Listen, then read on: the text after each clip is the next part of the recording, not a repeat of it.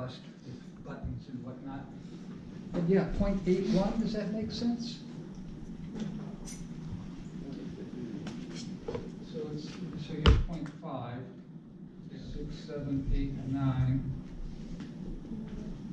Make perfectly evenly spaced hash marks here.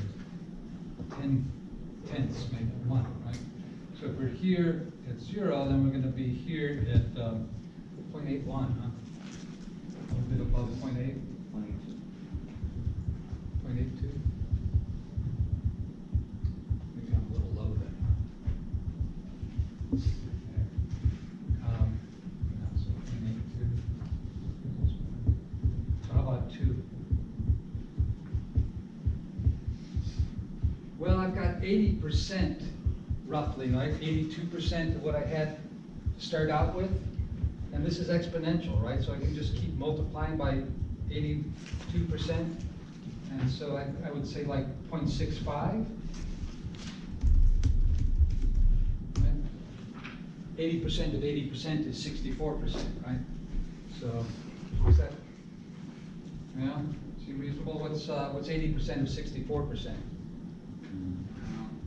50% about it. So by 3, we should be at 50%. Can you check that? So if t were equal to 3, and this would be 0.6 probably, right? Yeah, a little bit more than 50%, 54%. And what's 80% of 54%?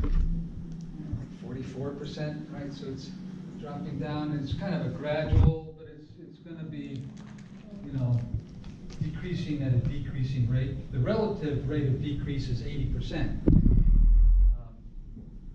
82%. 82% of what you had before each time you go up by 1. So you can kind of think of that as y equals e to the negative 0.2 to the t, which is about 0.82 to the t. Yeah.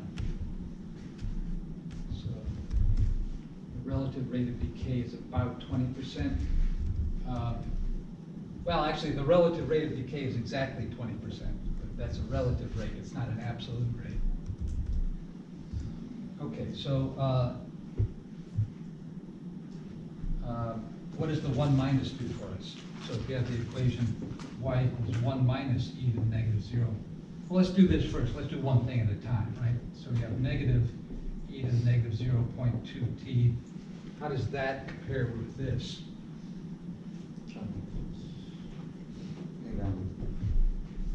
Reflect something against the y-axis. Across the t-axis. Yeah. The horizontal axis, right? All the y values get reversed, right? So what was 1 becomes negative 1, was 0.82 becomes negative 0.82.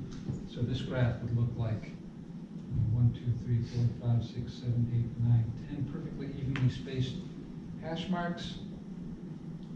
So by 1, so negative 1 we're here, 1 we're there, 2 we're going to be at 0.65, what do we say, something like that. So it's, you know, slightly curved downwards now instead of slightly curved upwards, and approaching 0 asymptotically, right? Should be more straight line there. Yeah. And then what does the plus 1 do? Shifts it up 1, right? So the asymptote is now, I'll tell you what, how about I use this space here for that because we're out of space. So I'm going to say y is equal to 1 minus e to the negative 0.2t. That's going to look like, here's 1. All these points get shifted up 1 unit, right? So what was at negative 1 is now at 0. This is the velocity, right? As a function of time. Well, no, it's not, because we don't have the stretching factor yet. But yeah, at time 0. So here's 0.5. Sharp this into 5 equal pieces. So at 1 unit, we'd be sorry, 1, 2, 3, 4. So like 0.2 something, right? now approach, just take this exact same curve and shift it up 1 unit, right? And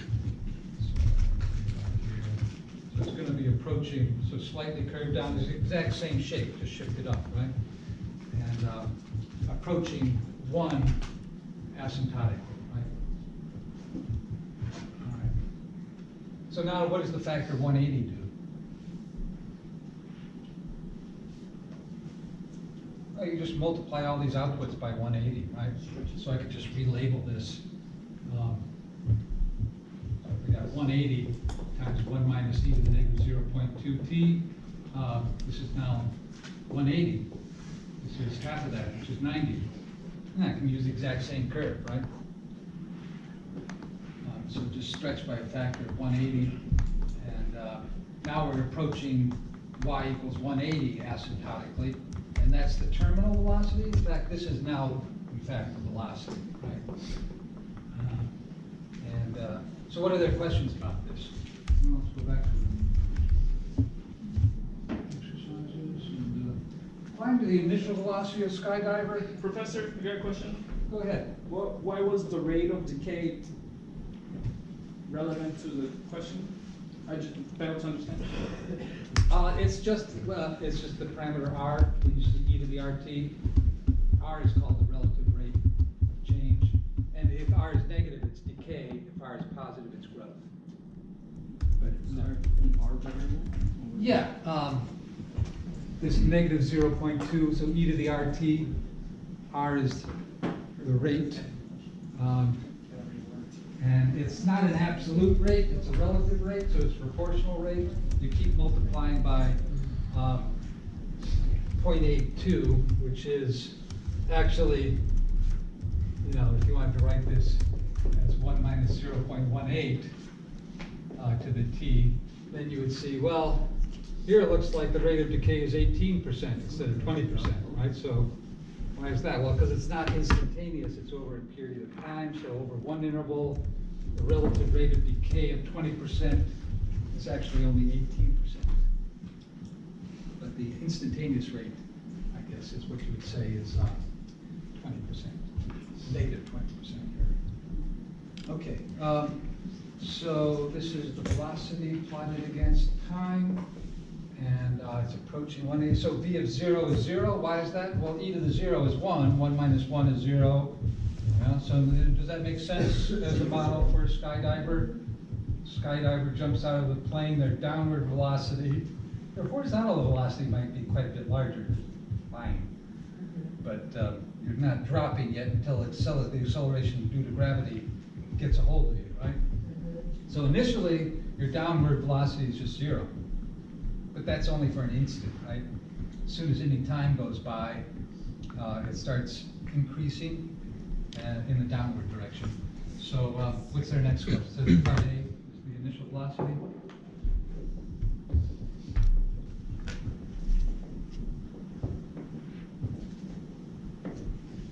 Okay, part B, find the velocity after 5 seconds and 10 seconds. Okay, well that's easy enough to do. Just plug in, right? And we need a there is a calculator picture next to this problem, so they don't expect you to do this by hand. Can we do it by hand? Maybe. So this is going to be 180 times 1 minus t is 5, right? Yeah. 5 times negative 0.2 is negative 1. So this is the reciprocal of e. That's the reciprocal of e.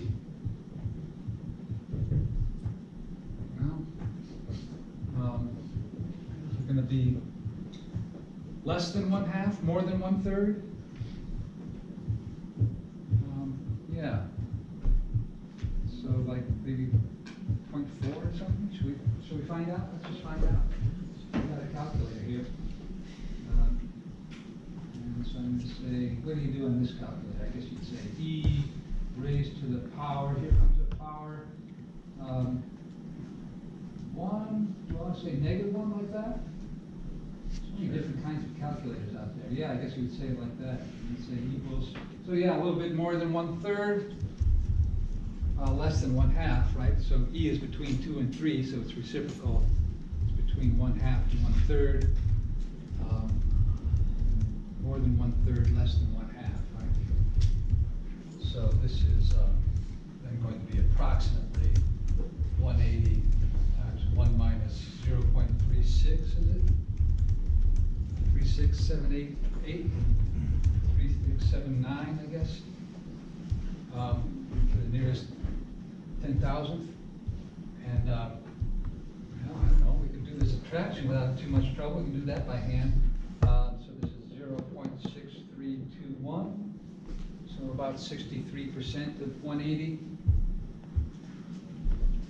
That I just leave to the gods if there's something to say, how do you do this? Do you subtract 1? Okay, now I have the opposite of what I want. So I can multiply by -1. Okay, so 0.63, there's that 0.6321. And then times 180.